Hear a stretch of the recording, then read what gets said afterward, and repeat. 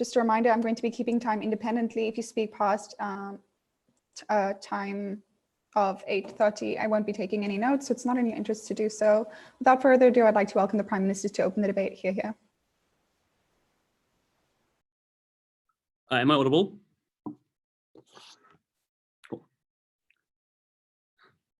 To understand the deal that Trump has struck with the Taliban, it is important to understand that he struck this deal in the context of an election, one where in the last election, he leveraged US sentiments against the Afghanistan war, the Iraq war, and the subsequent occupation, and promised and campaigned to large portions of the electorate that he would pull out of Afghanistan. That is why, because in that context, the deal has been struck in a bad way, because that overriding political pressure means he has not tried to strike the best deal, and he has given the Taliban a carte blanche approach. In setup, what do we support? We think the deal is terrible, and we think there are a few conditions that need to be applied on any subsequent deal we would likely negotiate post any election inside the United States. The first is that the USA must meaningfully engage in some kind of state building. We think it would look like where this Taliban would respect the deal and they would have some kind of overriding respect for human rights, which is not enshrined at the moment, in particular women's rights. Explicitly in terms of a good deal, we would also know it needs to be capable of being enforced. So one, the Afghani state has the capacity to be able to be seen as legitimate and will not be undermined by the Taliban. But secondly, the Taliban will be respected, and thirdly, that will lead to long-term flourishing in the region. In the worst case, it looks like the US still cuts their losses to some extent post-election, but it is still likely to lead to a better deal than the one that has been struck. Obviously, in the event that we are convinced the Taliban is going to engage in something like a genocide, we will stay or we will transition to international peacekeeping.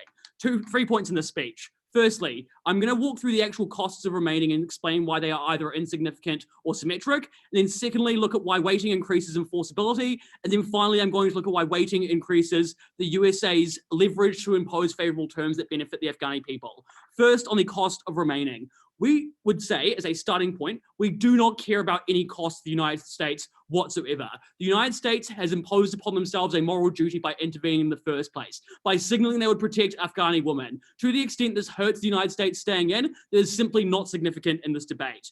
We would note, though, importantly, that occupation in and of itself is not a cost that the people of Afghanistan necessarily bear. The negative team in this debate can't just go occupation bad. They need to actually explain in this debate why the symptoms of their occupation are uniquely bad. On the actual cost, we would say that is unlikely to be significantly different on either side of the house. The first, on dependency. We recognize there is an argument to be made that this might lead to the Afghani state being dependent. But we would note that what happens under the status quo at the moment is that the US, like many other developing countries, has merged their security and development infrastructures because they do not want to be perpetually involved in conflict zones, which means you have the Department of Defense working in tandem with US aid, trying to engage in things like economic development and state building in the region, while simultaneously training police forces. So the dependency is unlikely to happen if they do stay for a longer period of time. Secondly, in terms of conflict, we would note conflict is still likely to exist in the region without the presence of the US, and potentially to a greater extent, given Afghanistan is a country that is built upon localized and particular power enclaves in particular geographic regions that are constantly in conflict with each other. We would also note, though, that because of the Taliban gaining power in this region, you're more likely to get an influx of refugee flows from Afghanistan into Pakistan, which will lead to border tension and conflict. So it actually gets worse for the negative team. But thirdly, we would note that even though the US Army is bad and they do bad things, it just needs to be said the Taliban are worse. The Taliban are just so much worse than the US Army. They can fight us on that if they want, but we don't think that's particularly important. Okay, moving on to my second point. Why waiting increases enforceability. The current deal is weak and not enforceable for 4 structural reasons. The first is that the Afghani government at the moment is weak, so they do not have the capacity to make sure that the Taliban is held to their promises because they do not have the sufficient state and military capacity to do so.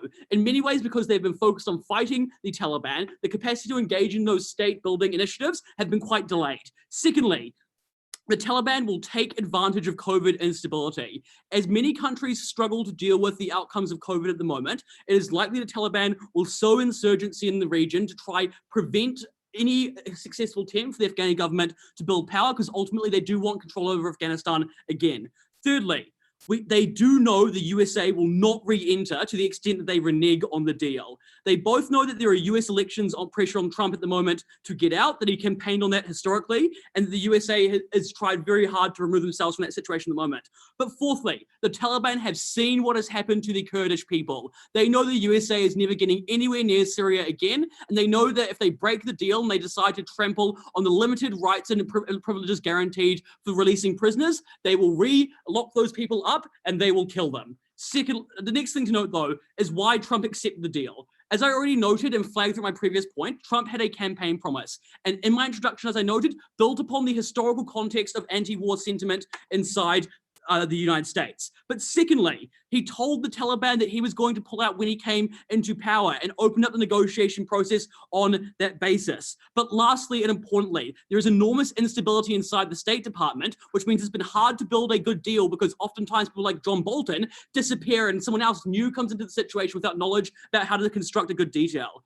We know that Taliban negotiators drove hard in the bargain because they knew that context and the issue of time were on their side. In the case of Trump, he's trying to engage in last-minute saving face to get some campaign promise through, given there is still no wall. Why do we solve this, even if Trump wins re-election? 3 structural reasons. First, at the point that there are no election pressures on Donald Trump, at the point that he has won, there is no significant need to to engage in any kind of deal making. Because at the point that it is post-election, it then means that he's not proximate to the effects of that election and people aren't focused on the issue to the same extent. But secondly, Donald Trump is still from the Republican Party, where the large majority of party apachucks are broadly hawkish and they do not like that they are assenting to the Taliban, and they will pressure him far more rigorously in a way that Trump can accept, but not in an election cycle. But thirdly, you just don't feel the same cost to the extent at the point that you have been re-elected. And at that point, the deal can be criticized later at some point. Look, in the long term, this deal might be harmful under either side of the house, but at least we get better conditions by delaying and not engaging to this terrible deal in the first place. Thirdly, on why these terms will be better, in particular for the Afghani people. Afghani women's groups are desperate to avoid this deal. They know that the United States has sold out women's rights and sold them down the river, and the Taliban have given no concessions whatsoever to respect it. Why? Because it was a sticking point fundamentally for the Taliban. It was the basis for the original invasion of Afghanistan. It was New York Times articles saying we must go in to respect women. And on that basis, the Taliban have been forced in the pigeonhole of opposing women and continue to be traditionally conservative in Afghani society. What's important here is that if you stick around, you can do so on better terms. Why is that? Firstly, the USA is able to drive a harder bargain, as I've already demonstrated through my previous analysis, so you'd like to get better terms. But secondly, you can exhaust the Taliban. And why is that? Firstly, COVID has left them lacking resources. People in Taliban-occupied areas and under the Taliban state are contracting COVID, especially given proximity to Iran, who have been heavily hit. Their capacity to be sticky diminishes at the point this is drawn out. But secondly, we think you can generally starve the Taliban of resources. They are a non-state actor. While they do have some kind of external financial support, it is not the might of the developed world. But thirdly, the Taliban just cannot provide opportunity to people inside of the region. And the point is people enriched in US-occupied zone, people move their feet and go away. But importantly, there is strong symbolic value here, because at the point the Taliban feel as though they've had to give nothing, they do not respect any kind of deal or process and they think that they have won. Compare this to the Good Friday Agreement, where at the point everyone gives both sides, the spirit of that agreement endures, and there is some kind of cooperation that middle-class people on the ground in Afghanistan can go respect and uphold this deal. A deal might need to be struck at some point, but the deal struck was the worst possible deal, and we are so happy to oppose it. We propose. Okay, thank you for that, Speaker. Can we have the Leader of the Opposition?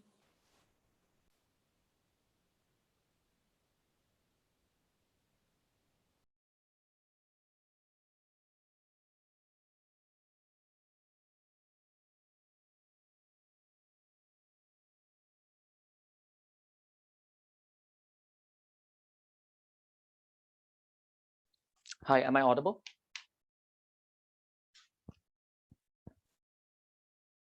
Hello, am I audible right now? Can you give me a check? You are. All right, great. I'm just turning on my timer.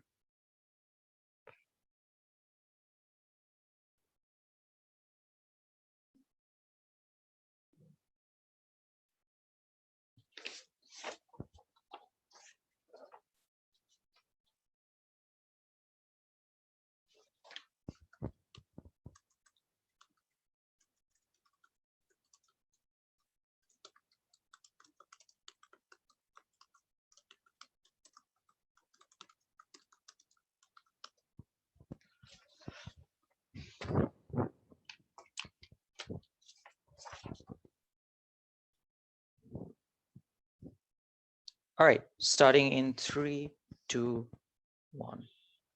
Panel, it's important to understand in this debate that affirmative has never really proved to you why this later deal will work or will be accepted, because they really don't have the fiat to claim that this deal was just going to happen because like they can make it happen, right? So firstly, I think it's important to understand where the Taliban stands, and that the fact that they have no reason to accept any deal that allows US present for statecraft, and most of the Afghani people for most of the Afghani people, this is not something that will stand for either. But the second thing that they tell you is that waiting gives them more power. But the idea is, their analysis behind this point is ideas of how local governments can't deal well because they don't have any institutions because of the fighting that's going on. Well, they never proved that this fighting is likely to stop in the future. So they never proved that institutions are likely to build in the future. So these things are perpetual, which means that no matter how long you wait, these things will exist and you will not have that good time. But the next reason is that all of these analysis they give you about how a later deal is possible, reliant on the fact that Taliban is weak right now, are essentially things that proves that a deal right now is possibly a good deal because Taliban is vulnerable and don't have that much negotiation power right now. In the long term, this negotiation power is likely to come back, which is why later deals are likely to be far, far worse. Let's analyze Afghanistan and really understand where this debate lies. So what the NEG will do in this debate is prove to you why the context of Afghanistan means that such a deal needs to happen, why the context of Taliban means that right now taking this deal is the best idea, and why the context of US's conflict here means that the longer they stay, the worse they make things right now. The first idea on the context of what Afghanistan looks like. The first thing that we need to note here is that this is a country that, rightly so pointed out by Af, with limited to no institutions. And the reason behind this is that they've always been in a perpetual state of war. It started with their war with the British, then it went into their war with the Soviets, then it went into a bunch of civil wars that they have, and finally the US invasion, and now this war with Taliban, meaning that there is also no hope of institutions just magically appearing in status quo in the future. So that's number one. Number two, assuming that this number one is true, and I've proven to you why this is true, let's understand how Taliban really formed and what the context behind them is. During these fights, a lot of people who became refugees went mostly young children and young teenagers and other young people essentially went to Pakistan, and they got trained by the ISI and sent back. Jamaat-e-Mujahideen was the party that formed, and Taliban is an offshoot of that party. When they came back, they took control, but they had a lot of conservative influences and the fact that they essentially hate the West and etc. This means that due to all of these influences, they became extremely extremist. But right now, after years of conflict and US presence in that area, the Mujahideen has shifted away from becoming an extremist group and has already moved to becoming a political one instead. There are 4 reasons for why this is true. Reason number 1 is that they've realized over the long term that rebellion is unsustainable. They can win and constantly oppose every institution and gain power as rebels by fighting, but they can't really control individuals and control narratives within these societies unless they have politics. So they've shifted away from this and tried to gain political power. How have they done so? Initially, they were funded by things like the opium trade, but they've slowly moved to their control of their areas, allowing them to access oil money, which has allowed them to funnel that money into welfare for the population, and even right now, COVID support. They're actively taking part in helping these communities and have actively started to take part in elections and have won major levels of seats. All of this happened, and this voting in their favor happened because they've attempted to be a legitimate political party and moved away from certain degrees of violence. Second, the extreme influence is extremely low right now within the Taliban because of 2 reasons. Number 1, Al-Qaeda is pretty much dead and doesn't have the influence that it used to have. Number 2, influence from ISI is also gone, as Taliban from these Mujahideen from these areas have also infiltrated into Pakistan and tried to spread influence there, and ISI is right now terrified of what they've created. Fourth, the last reason here is that moderates within Taliban have significantly gained power. The current leader of the Taliban, who is leading this negotiations, are part of that moderate group. His name Akhundzada, and he essentially is the one who's going for negotiations with the US. Recognize that a conservative faction of Taliban would have never really agreed to this, and this is proof that moderates are gaining power. Why are there still then offshoots of violence though? The first reason is that people are still tired of US interest and control, so there is some violence. The second reason is that the current Afghani premier, Ashraf Ghani, is very anti-Taliban and have perpetuated a lot of this violence by attacking very unstrategically in various places. But he's an incumbent PM who's going to go out of power in 1 year, and we can assume that there is likelihood of this violence to stop. So what does this deal do at this point? It withdraws US forces, it removes sanctions, and it allows an exchange of prisoners. All of these things are in incentives for the Taliban to move more in political terms and move more for the welfare of people and control of those societies. Why will this deal then be honored? It will be honored because of a few reasons. The first reason is that this deal is obviously packaged with a threat, meaning that the moment that they go back to their old ways, what happens is that essentially sanctions pop up, right? And due to their motivations as a political party, sanctions are extremely harmful for their ability to do state building, because it means that they won't be able to give the kind of support they've given to these committees so far, because that's how they get power now. Second, they have no guarantee that the USA won't return. And this clashes with Af's arguments because there are multiple reasons. The first reason is that like the next rulers in the US might not be the same isolationist as Trump has been. Like Biden is probably not isolationist to begin with. Second, foreign policy and influence means that there are a lot of reasons for US to want control in these areas. Third, US has bases in Pakistan all around Afghanistan, which means that there is a lot of threat of US coming back, which means that this deal will be honored because of two reasons. Number one, because the moderates within Taliban want to maintain that control. Number two, because they know that breaking it has consequences. Why then does the US's presence make everything worse? Firstly, because the US's presence provides is a net negative for utility for the Afghani people, and only A, kills more people, and B, powers the hardline within the Taliban, which needs to really go. So let's understand why this is important. It's important because it's helpful for everybody to get the moderate faction of Taliban into more control and remove the extremists. Why does the US lose constantly in this region? Because let's face it, we've seen them lose guerrilla warfare time and time again. Because A, the hilly terrain and the limited local support leads to the drones and the surveillance projects that US uses means that they can't really get a clear picture. And this means that more often than not, they target the long people. The consequence of this are farmers and civilians being killed. And this leads to Taliban being empowered because they can use this rhetoric, and it leads to limited local support. And this is a cycle that constantly happens. Second, US Senate has moved away from wanting to send soldiers, and they now send like mercenary groups like BlackRock instead. These people are far less educated in the art of sustainable conflict, and they do more collateral damage. Third, the optics of struggles and change are never good because people are still afraid and angry about US invasions and influence, and this means that this doesn't lead to any legitimate idea of state building because they can never own that kind of state building and never can support it to the fullest extent. All of these things mean that the continued US presence is perpetually making things worse, making it harder for get a good deal, making it harder for the moderate Taliban to stand, and bringing back the conservative edge of Taliban stronger and stronger every day. So what does happen if we manage to end the war using this deal and empower the moderate group? The first reason is you finally give success to the moderate faction in Taliban that has been trying to rise for so long. Because prior to this, every time they did, they were struck out by the rest of the Taliban saying things like, you cannot remove the US, our way is the only way. The moment you hand them the biggest success, which is to remove the US influence from the Afghani region, you gain them legitimate success and control over the large narrative of Taliban. The second reason is this group right now, when they gain power, and also some of the conservatives and ones that want conflict, have no reason to oppress right now because they know that their success in political terms is tied to economic success, which means that for their people to not suffer, not go under sanctions, is what now gives them power. But also let's understand, the fourth is Afghani people. Democratic rights make no sense if they're constantly losing their lives and are living in squalor and poverty. Economic rights are prior and more important, and that's what these people can give them. For all of these reasons, I have never been prouder to negate. Okay, thank you very much to the Leader of the Opposition. Can we have the Deputy Prime Minister whenever you're ready?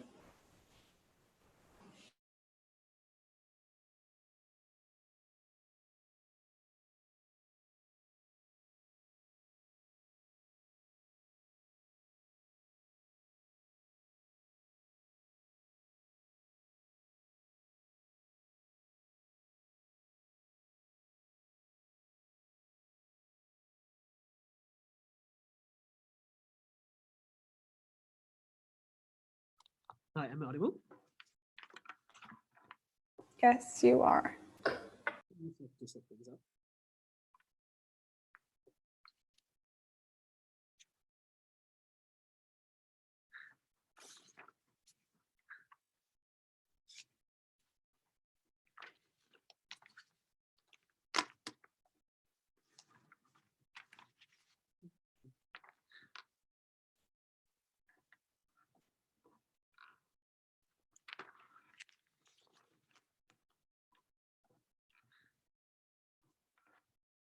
Cool.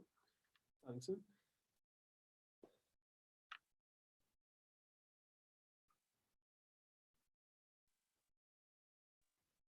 So if we are to believe side negative, and the moderate faction within the Taliban is growing stronger with time while the US is occupying Afghanistan, then we think that trend is likely to continue. And given the analysis and framing we provided to you at first as to how there are significant conservative elements within the Taliban that are against, for example, women's rights and against certain minorities, it's probably worthwhile then to let that moderate force grow, to let them become entrenched in the political legitimacy of Afghanistan and the economy of Afghanistan, to ensure that in the future, when the deal happens, there is less conflict. The problem with they haven't actually been comparative into explaining why it's probably going to get worse, where all their analysis and examples show why the incentives of the Taliban are getting better with time.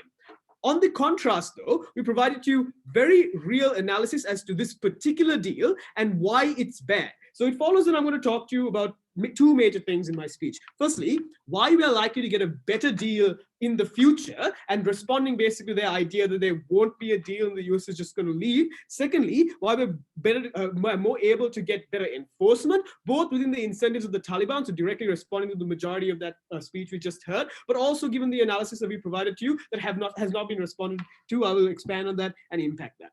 Firstly, though, why we're likely to get a better deal. It's important to note what we want to see is the building of a legitimate Afghanistan state that is exactly what's happening right now.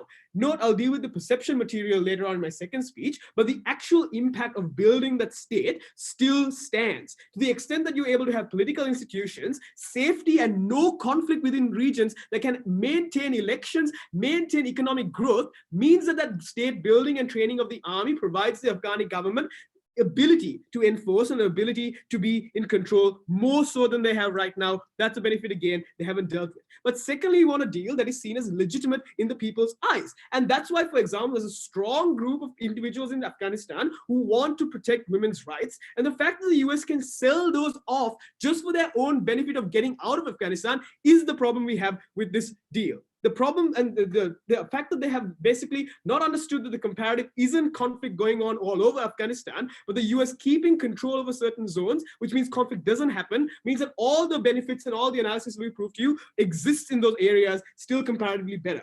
But let's look at the deal, right? Because their assumption and their best case scenario is that the US pulls out without a deal. Even in that case, the deal right now only benefits the US. It's only about trading off prisoners with the US. It doesn't provide any guarantee that any other forms of rights or any other form of effective power sharing is going to happen, given the analysis we proved to you, we showed you why, like the Kurds, the US pulls out, there's a likelihood that Afghanistanis, the Taliban, for example, aren't likely to think that the US is coming back. Just because you've got bases in the area and the US has political interests in the area doesn't mean they can overcome the political capital required in the US.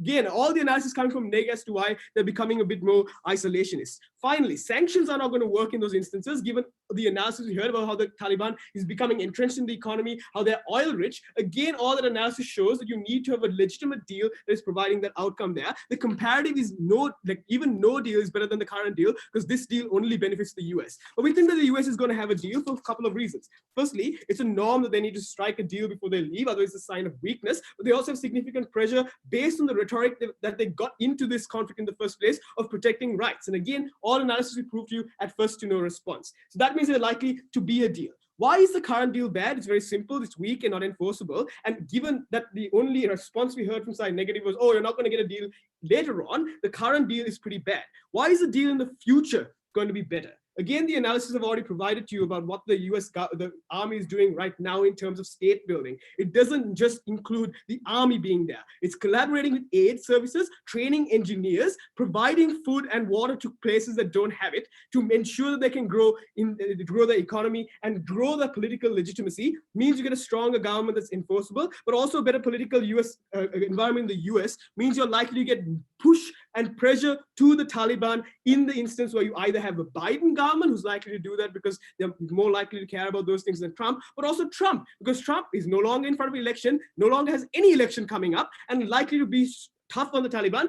If we are to believe Neg's analysis as to why Taliban is somehow both weak but oil rich, but somehow weak enough the fact that right now is the best deal you could get, right? They gave us no analysis as to how it's going to get worse in the future, as opposed to being better, because you have more moderates, which means the moderates are more likely to be open to a deal, more likely to have power sharing and rights. So that brings me on to my second point about what's better outcome for people of Afghanistan.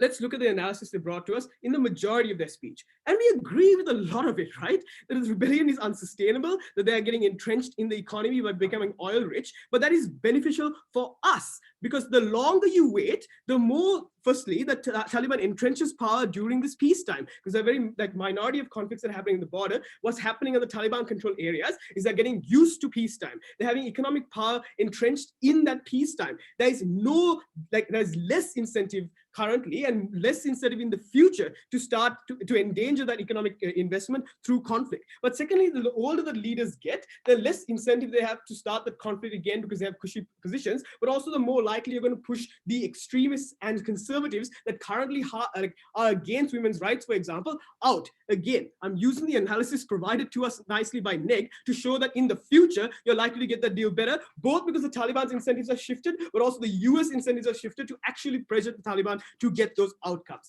Let's then turn to all the additional analysis they had in their last 2 minutes about why occupation is bad. And again, they need to make this comparative to the fact that Taliban right now, even though are becoming more moderate, still has conservative elements to it that are likely to harm those people. But secondly, the fact that the Afghani government is relatively weak and people are not worried about the US coming back for all the reasons are provided, which means that the conservative elements in Taliban are likely to have enough power to significantly damage both the rights of individuals, but also the Afghani government and their legitimacy. Their responses, firstly, that you are killing the wrong people because you're sending mercenaries in. That is a lie. But secondly, the point is that the US government currently is the least of two evils.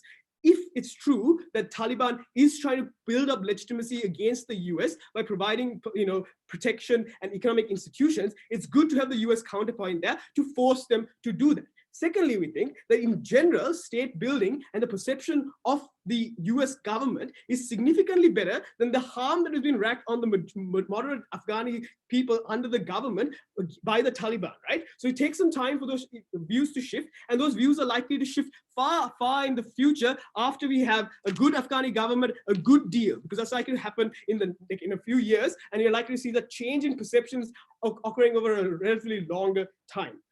The final point to note here is, even in the worst case, this is not comparative, and the analysis provided to us is not compared to all the harms that we are able to stop if the Taliban are likely to come back in their world, right?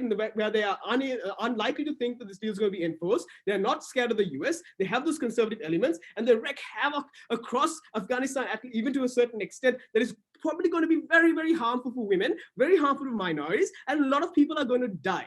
The longer we wait, the stronger the Afghani state gets, a better deal can be reached with more legitimacy, which provides that the fact that the Taliban and the moderate elements are likely to support that, but also by their own analysis, the Taliban's moderate faction gets much more powerful, and therefore a much better deal will be reached side with side. Affirmative. Okay, thank you very much for that speech. Can we have the Deputy Leader of the Opposition?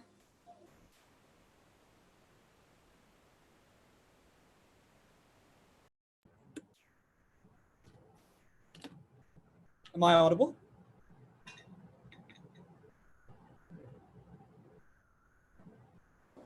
Yes, you are. Yep, just one sec.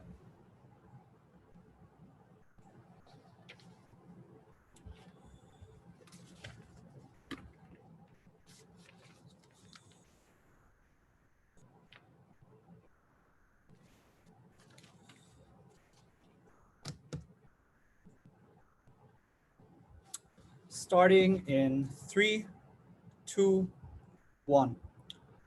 I have never been more confident that the affirmative case makes no sense. The first thing they concede to is that these groups are moderate, but these moderates who are negotiating the deal currently are going to want really oppressive things.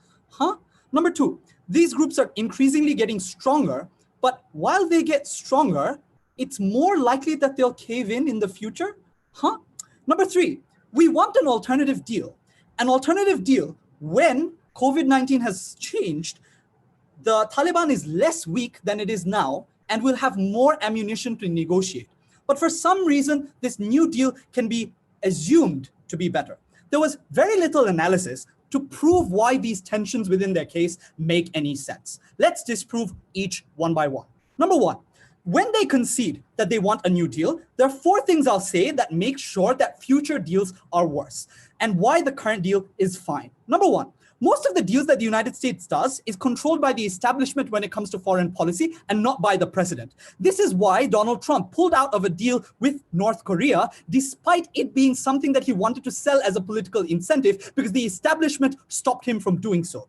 The second thing to say is, even if Donald Trump was controlling this deal, his strongman image makes it seem like a weak deal is not something he can stand for. So the moment one US soldier was killed, he was already threatening to pull out of the Taliban deal because his strongman image was hurt. So the moment these soldiers leave and the kinds of things that happen within that area reflect on his strongman image, he's also not likely to be a very good president, either because it'll harm his election cycle in the short run or because it'll tarnish his legacy and his party in the long run.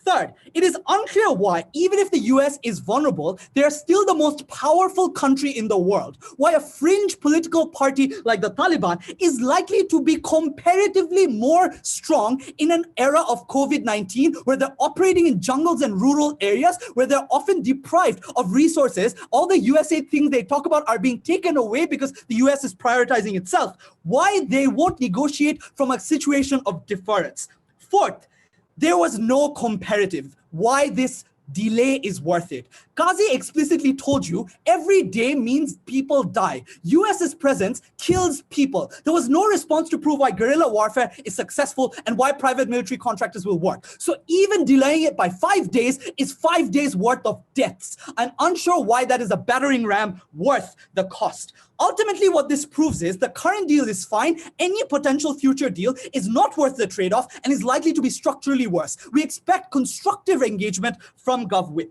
The second thing they try to say is, oh no, moderates are coming into power. And because moderates are coming into power, this strength is happening because of US presence. This is stupid logic. You don't empower moderates by killing more of their own people. You empower moderates right now because this is a unique context where you're tired of war, where you're deprived of resources because of the crisis, where you're at a standstill because of the circumstance of foreign policy. It is not a unique context that is likely to ever exist in the future when you have political will to go into war or when you have strength as a Taliban faction again. Number two, conservatives only give up power for incremental success. So unless moderates show small areas of success, like small deals, they're never going to incrementally move up the ladder because the conservatives, for all the analysis that affirmative says, will want to keep power. There are 2 frames that I'd like you to consider. Number one, what are these conservatives really? They care about self-interest rather than liberal moral beliefs, which means the moment you attack them and kill their people, they're more likely to fight back and get power. Number 2, conservatives are irrational, which means they operate on religious frames of things like jihad,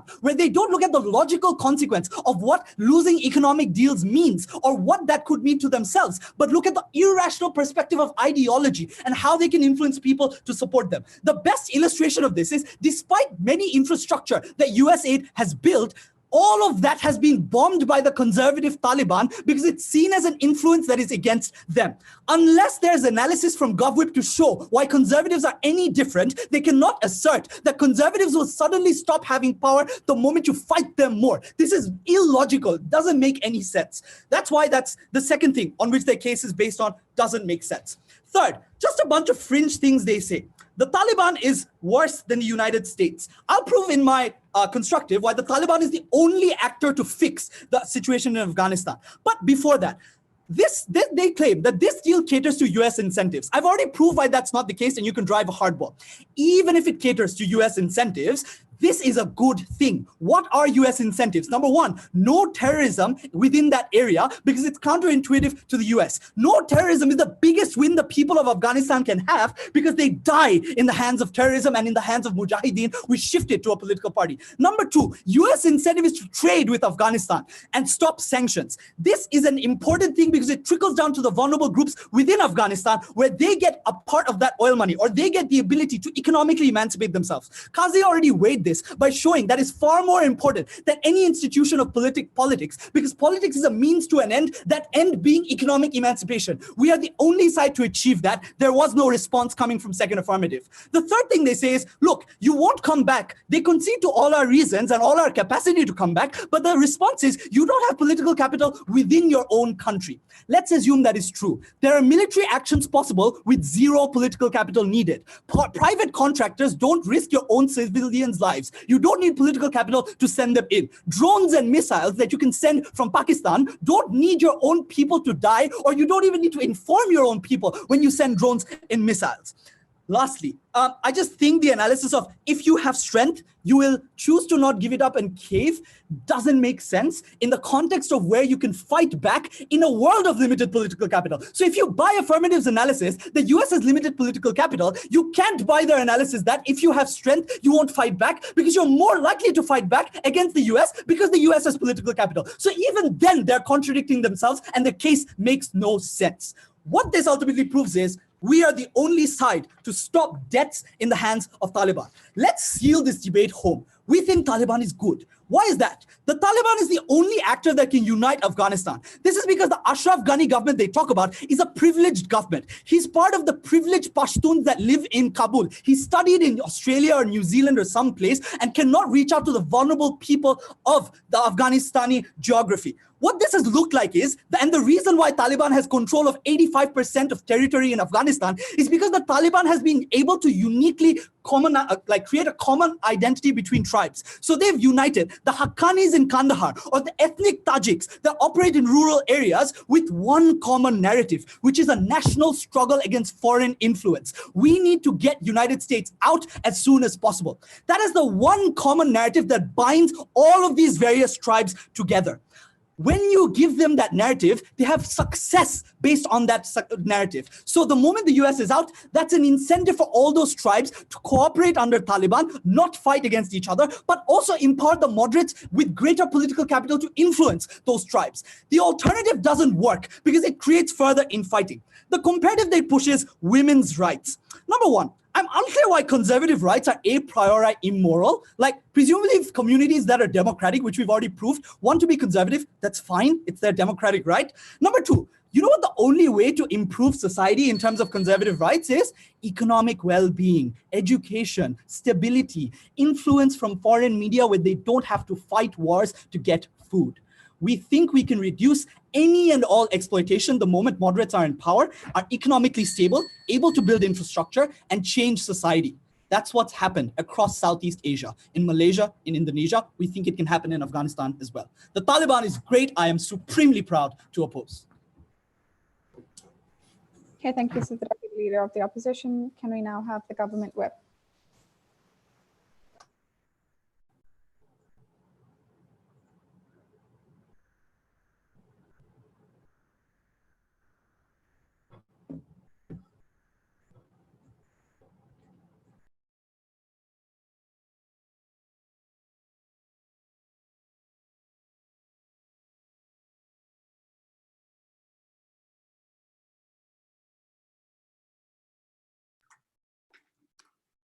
You hear me? Yeah.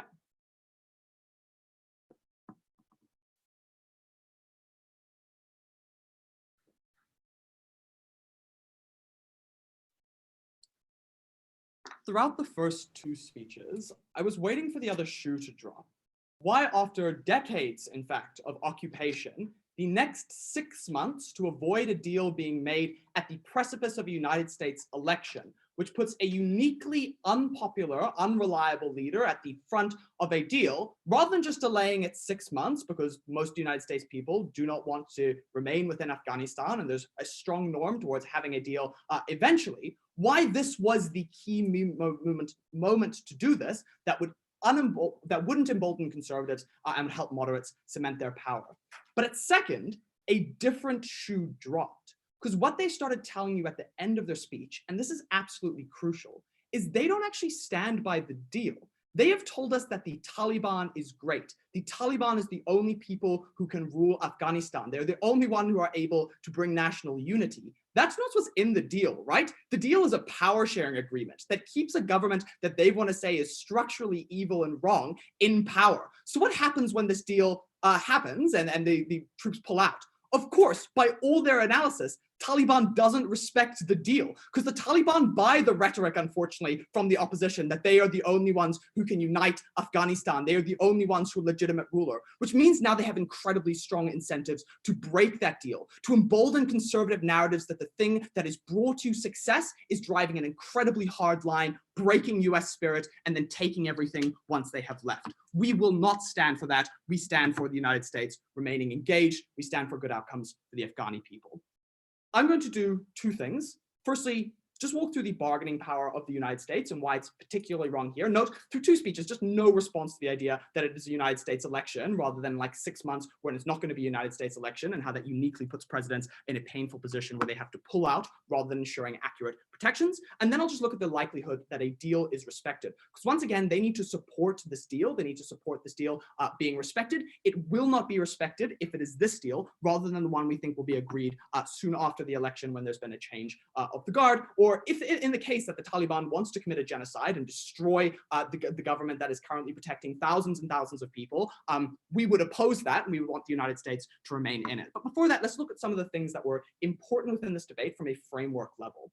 We said that the most important thing in this debate was stability. And Kazi agreed when they said that democracy is worth less than dying if you're in a conflict zone. Note, they have given you absolutely no reason why the United States has any incentive to create instability. In fact, they've got significant incentives to make it stable. They don't want people to die. They don't want the blowback that happens politically from that. So they have like a strong dampening effect on the way that it's working. And note, in the context of COVID-19, conflict is naturally dampened. If you were going to be taking a 6-month break in order just to let things boil down a little bit more, this is the exact moment to do it because a lot of the insurgency and the violence that is associated with it has boiled down in this particular moment, but is likely to increase into the future, especially if you pull out United States forces, which actually impose consequences. Because note, remember, the United States leaving isn't the end of the war, especially with the analysis that was given you at the end of their second speech, because the Taliban will see the government that remains as a part of a deal as being something that they cannot allow to stand, and they're likely to break that deal and act aggressively. This will escalate into a much hotter war. So if you accept their principal contention, they just have to lose this debate because they haven't engaged in the comparative.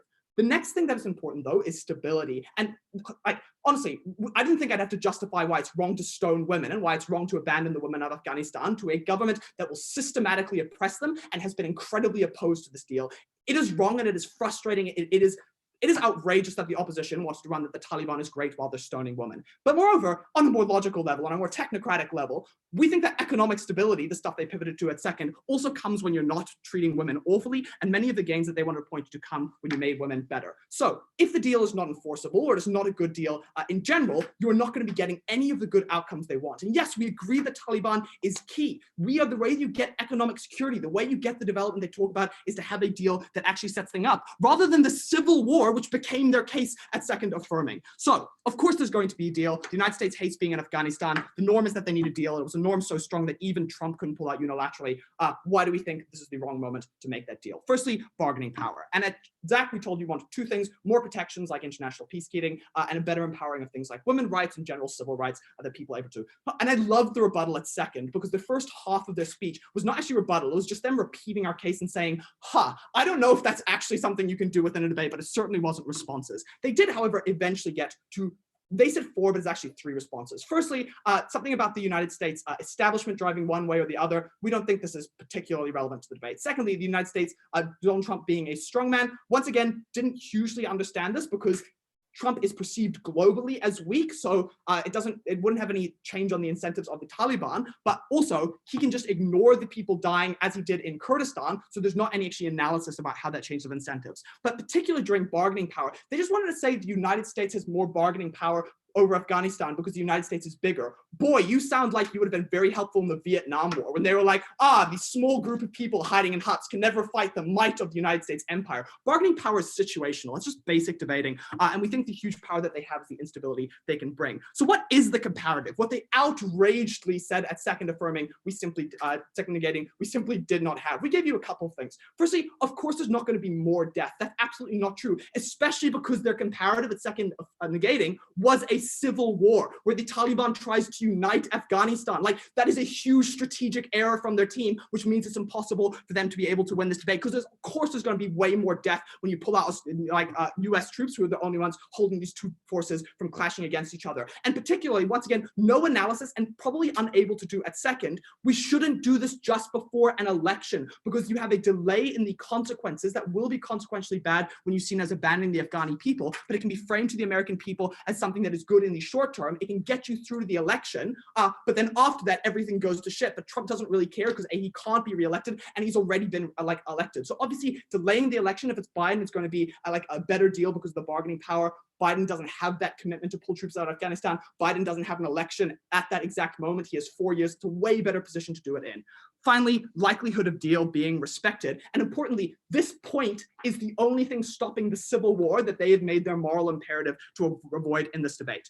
Two things are important. Firstly, the respect of people within Afghanistan towards the deal, both Taliban and ordinary people. And then secondly, the certainty of consequences if they breach it. So just in terms of the people, once again, no response to the idea that Trump is deeply unpopular. He seemed as abandoning the Kurds. He seemed as not a good moral force in the world, which means that the Taliban can sell this deal to the Afghani people as not being a true commitment on their end, rather just allowing the United States to save face. No response from the opposition. Secondly, the capacity of the Afghani state, which notice increasingly weak at the moment with COVID-19. So if we pulled out and their civil war scenario that they wanted at second negating suddenly sweeps in with the Taliban trying to take control, you are much more likely to have a protracted civil war rather than consequences that mean you avoid that. In terms of the Taliban, they want to say that moderates were gaining power, and we agree. We can show them incremental gains that don't need to be a sweeping deal, but note they are getting old. They have ideological and material commitments, investments, popularity, which are not entirely ideological as they want to reduce these people to. But note this isn't framed as a victory for the moderates, because the strategy that has been pursued is making zero concessions, which Trump has accepted because of the position he's in, which is the conservative position, and then they can take back power afterwards, which, as they've said at second negating, is their position, so the conservatives will win this thing. If Biden wins, well then why would the United States respect Trump's deal? Which means this particular deal has a lot of uncertainty in how consequences are applied. Look, at the end of this debate, it has been a catastrophic loss from the negating team because they were not able to pivot to deal with the fact that a deal is inevitable, and a deal will be made better when it's not made by the most incompetent president that has ever been in power. Okay, thank you very much, the government whip. Can we have the opposition whip? Am I audible? All right, I'll just take a couple seconds to get my timer.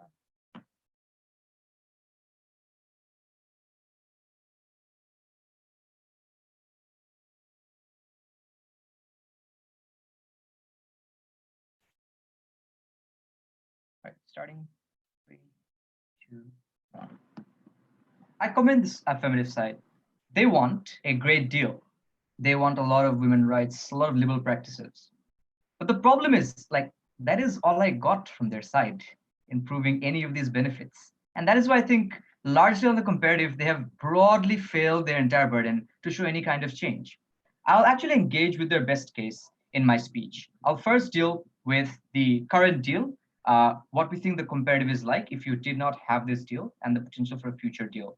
The overall frame will be whether this deal will stick. Before that, something exogenous. I think the third app just lies in terms of saying that Taliban won't succeed, because supposedly what we said was Taliban wants to unite people, and a power sharing deal is not what they want. Quick note, Afghanistan government wasn't even involved in the deal. They have no power sharing agreement with Taliban. It is purely a Taliban-United States deal in this case, which means everything that they say to completely ignore the bulk of benefits and repeatedly say civil war 20 times in their speech from the second neg response is a sham, is something you ought to discount right away. So even if it's for 6 months of a delay, I'll show you why either that's value neutral on their side, in which case they just prolong violence, or secondly, they never get their deal. Firstly, on the current deal, because I want you to note the entire reason why they regret this is because they suggest the current deal is really bad. They say this is bad for a few reasons. Number one, it was done under the stress of an election. We talked about two things. Number one, the election and the president in power is not relevant in terms of these decisions. Uniquely, we give you the example of Trump attempting to pull out from North Korea, something the establishment did not allow them to. The second thing we suggested is even if it is the election time, for the sake of local popularity, Trump would require to maintain a strong man image and therefore would not go into weak, silly negotiations which deem badly for the United States. Their response to this was the global, international community sees them as weak. That has no relevance to Trump's policy in his preaching of his strongman image at home. So that still stands, which means to a large extent, the types of change they suggest is not something that is likely to even happen, which means the only mechanism, the only mechanism that perhaps benefits a future deal is something that is symmetrical to both sides, which means the quality of deal is likely on a positive sense the same. But what we contest is that currently you get the best possible deal for a few reasons. And this is extremely circumstantial, and which is why the current deal was better. Because first, we talked about why the Ghani government is in power right now and is extremely violent towards the Taliban, which means he has systematically subjugated their own power within that area. The second thing we uniquely suggest that is circumstantial to right now for a good deal is COVID-19 is perhaps significantly worse on these areas than it is for the United States. So even if we consider bargaining power to be, by their own logic, for some reason not determinant on the individual power of the states and the entities involved, the circumstance itself is significantly worse for Taliban than for the United States. So if you want a deal that generally creates an overall good for the entire community, we think that is something you get right now. So what are the types of benefits they are likely to suggest on their side that they want to create change for? They want to create change for things like better state building, US involvement, and better rights for women, etc. We would say that a lot of the benefits they cite as examples, like the involvement of US aid, HR organizations, building up of infrastructure and engineering things, are the status quo, which means these are not reliant on the deal that you make now or later. To an extent, then, these are benefits you already get.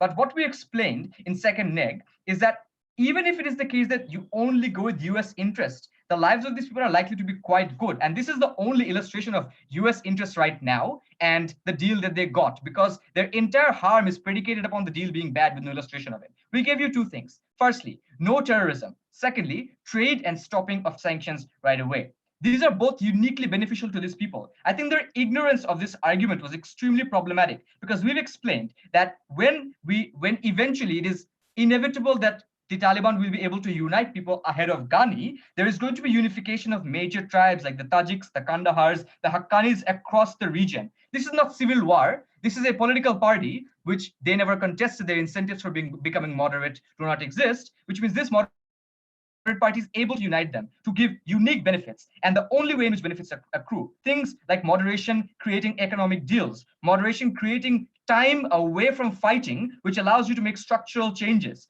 We think the point at which you have any degree of instability, you would not allow people like women getting wars. You will not allow for progressive change in these areas. If you want these people to work and actually improve, you must side with negative scales. We think this is only possible because of the overwhelming support the Taliban gets when they can remove the United States from their country. Why is none of this likely to happen on their side if a future deal is likely to arise, and why these specific types of deals will never arise?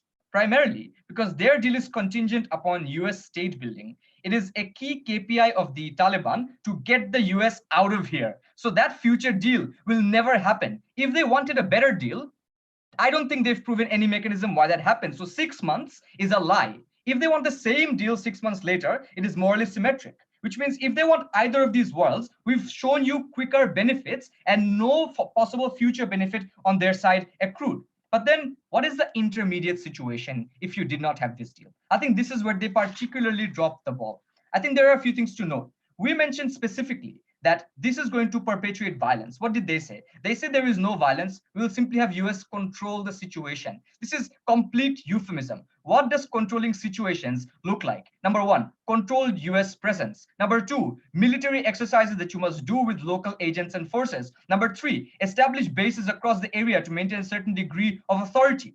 All of these are direct threats that these conservative people that we framed in second neck, the jihadist side of Mujahideen, the conservative individuals who are more likely to prolong violence, are then empowered to fight against. Their inherent fear of foreign groups, because of the crippling fear that has been established over years of destabilization created by them, means that any degree of involvement of them in a military capacity incites great degrees of fear, gives them a threat to their own sovereignty of their land and control, which is why you empower them and prolong violence for the point of time that there is no deal. Even if it is 6 months, then affirmative really dropped the ball and loses this debate because they have all of this thing continuing for 6 months. But the problem is it's not a 6-month harm. It's a very long-term harm because you damage institutions, the point at which you have any degree of empowerment of violence, and you hinder recovery. For example, over time, US aid has helped build a lot of things like schools and roads. These were bombed a month into its creation in these areas, which means these are your chances of long-term moderation in a unique position where there's a standstill.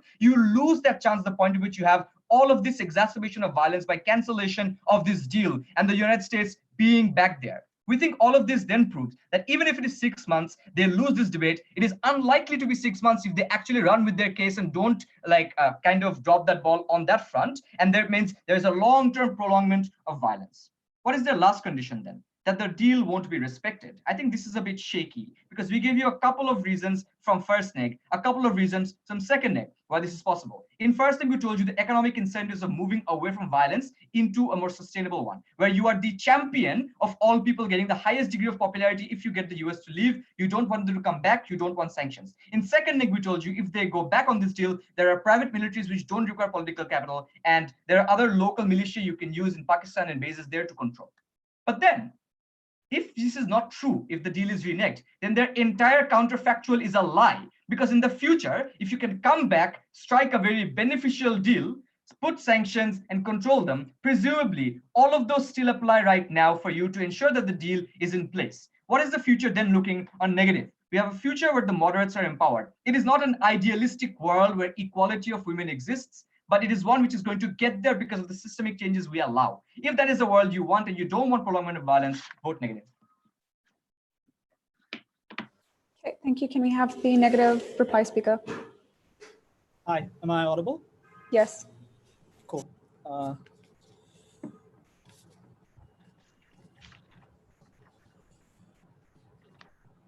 Starting in 3, 2, 1.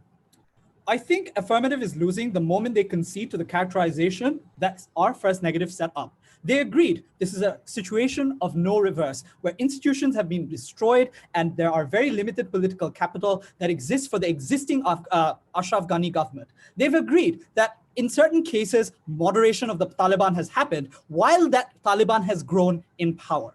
What this ultimately means is they've hedged their bets on somehow trying to prove that there is an alternative deal, by the way, nothing else, that is likely to be potentially better in the future that we can hedge our bets on.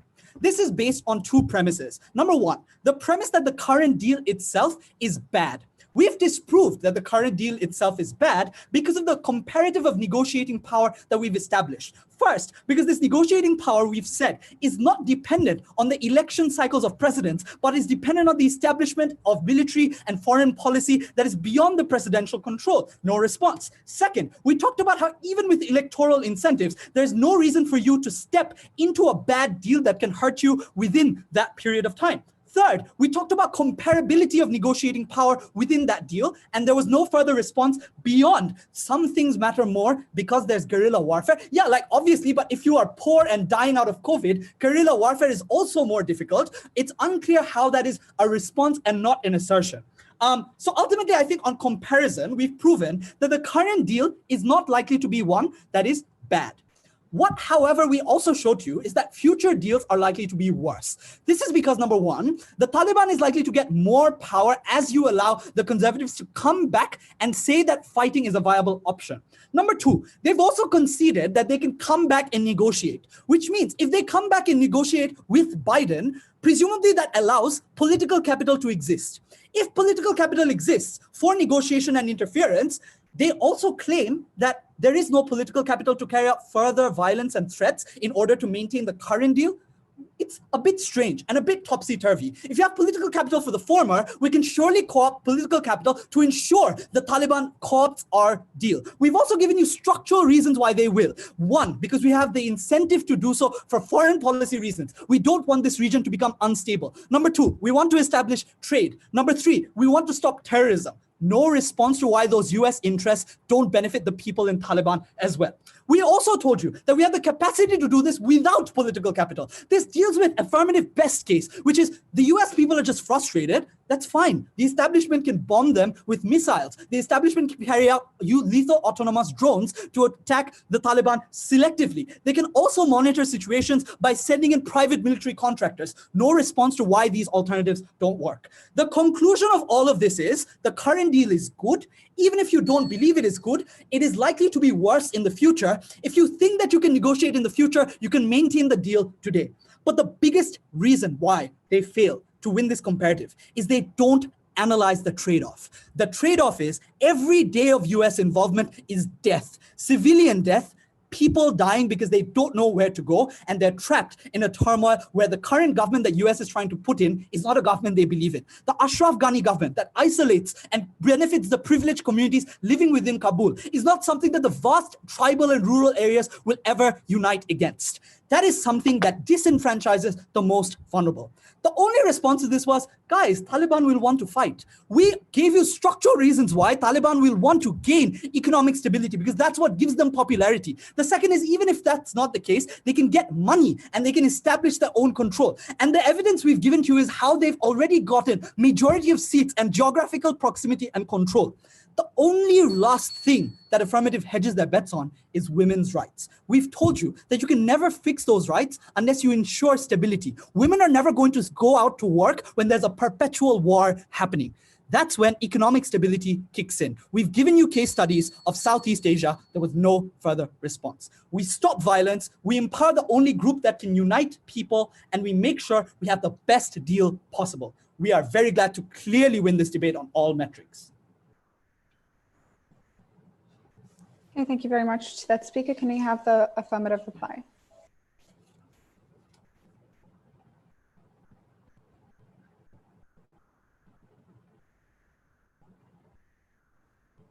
Hi there again. Am I audible? Cool.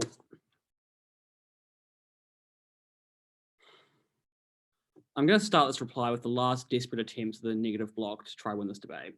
First, on PMCs. It is already the United States policy against the employment of PMCs. So the starting point there for their claim about combat is a lie, but it's not even material in the debate because they still operate in a manner where they are controlled by the United States and are directed in that manner. Secondly, on power sharing. Third neg says this is not power sharing. I would encourage you, Estelle, to read the motion where it talks about the transfer of prisoners from the Taliban to the Afghani government. That would seem to indicate in this debate there is a power sharing arrangement in place, or at least some kind of ceasefire, and not a handover to the Taliban that they would never accept. Next, though, and importantly, this debate is not about cancelling any agreement. I mean, I thought IBA could debate, but apparently not, because this is a regrets debate, which means it takes place in a world where the agreement was never struck, and you held out longer as we set up at first affirming, and you tried to get a better deal, which means the deal never happens, but importantly, the conservative trend that they talk about declining continues to happen as it already does. The moderates gain power and they sign a better agreement. Lastly, on political capital. This was not about the political capital of the Afghani government, it was about the political capital of the United States. And obviously, Sajid, you may have learned the word establishment at Worlds Against American teams, but you clearly don't understand how the point works because Donald Trump does have a lot of power, as we saw with the Kurdish withdrawal. Moving on to the first issue then, can you get a better deal? I've already set out that it's not a power sharing agreement. So what do we do say? The US will push for a deal either way, both in terms of their international prestige, because they push for deals, but importantly, because they want to look as though they have upheld human rights. The negative team claims the Taliban will not want a deal. They do not ever explain why. If it is true that moderates are growing as a faction inside the Taliban and they're trying to claim legitimacy inside the government, why then they would not always try to strike a deal, and given they're getting more powerful, why the terms of that deal would not be better with regards to issues like women's rights and human rights more broadly, especially given that the moderate faction has grown stronger under their logic during decades of foreign occupation. So it is unclear why a little bit more foreign occupation does not mean they continue to gain power. We note importantly that we get a big deal from the United States because there are no political pressures. They say establishment that does not run true to the structural analysis around things like the Kurdish withdrawal and the very fact that the US and Donald Trump in particular acts upon promises. You can say the establishment exists, but that is not analysis, that is an assertion, which ultimately meant at the end of this point, the president was powerful. And if you took political constraints off and you accepted the negatives characterization about moderation, that would be who you struck a deal with. Let's look next to the effects of continual occupation. With regards to what we told you, we said USA and the Department of Defense cooperate and engage in state building with resources. Importantly, even to the extent that the negative team claims that is ineffective, that is comparatively better to a Taliban that only has resources and access to the weapons of war and oil and not the capacity to build a state. So those areas are better and they allow for flourishing in a way the Taliban cannot do so. And that's ultimately we can be comparative, because ultimately, as third negative asserts, it's not about the status quo. At the point that you pull out, all those resources disappear because the US no longer occupies. They say you will get combat with the United States if they stay. That's confusing because they claim this president is so elitist and so unpopular. It is unclear why when the Taliban know because of domestic political pressures against the war, they tell you from Afghanistan and Iraq they do not respond to, why they would not try to roll this president violently, given he is so hated by the Taliban. Next, they go, how will you ever stand against the United States? Why won't the USA go back in? And they miss the fact that the Taliban has power in terms of oil and support, but not the capacity to build a state and provide opportunity, which is why ultimately at the end of this point, it's always the case the United States can't go back in and because of all the domestic pressures there. In terms of the last thing to note, Daniel points out this is a victory for conservatives and emboldens their position. There is no response from the negative team. It was a victory for them, it empowered them, and it supported the Taliban. And maybe Sajid likes the Taliban and thinks they're cool, but I think women being raped and murdered is fucking disgusting. I want to see the best deal that does not give them any inch of power more than they need to have. Okay, thank you very much to all speakers for that debate.